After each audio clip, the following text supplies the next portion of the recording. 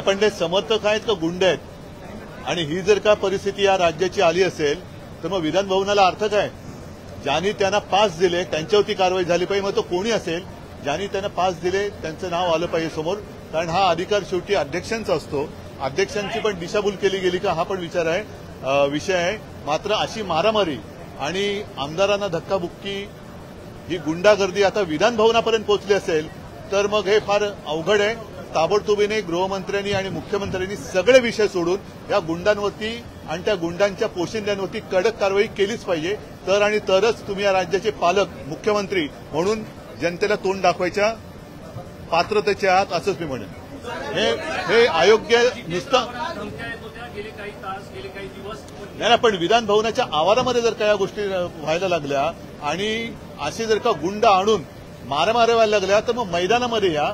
हे सगळ्यात पवित्र असं मंदिर आहे आणि त्याच्यामध्ये मग त्यांना पास कोणी दिले इथपासून त्यांची जबाबदारी आणि त्यांच्या पोशिंद्यांवरती कारवाई झाली पाहिजे.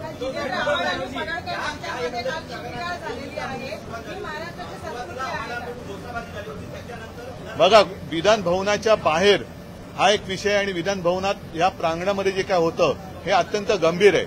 जर लोकप्रतिनिधींना अशा पद्धतीने मारहाण होत असेल किंवा धक्काबुक्की होत असेल आणि विशेष म्हणजे गुंड आत आणण्यापर्यंत पाळी जात असेल तर मग शेवटी विधान भवनाचं महत्व राहिलं काय?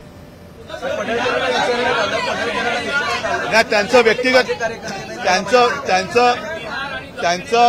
व्यक्तिगत काही असेल तो त्यांचा मुद्दा आहे, पण हे विधान भवन आहे. विधान भवनाच्या प्रांगणामध्ये एवढा कडेकोट बंदोबस्त आहे असताना देखील हे पास घेऊन आले होते का आणि पास दिले गेले असतील तर ते कोणाच्या मार्फत पास दिले गेले हे त्याच्यावरती कारवाई झाली पाहिजे.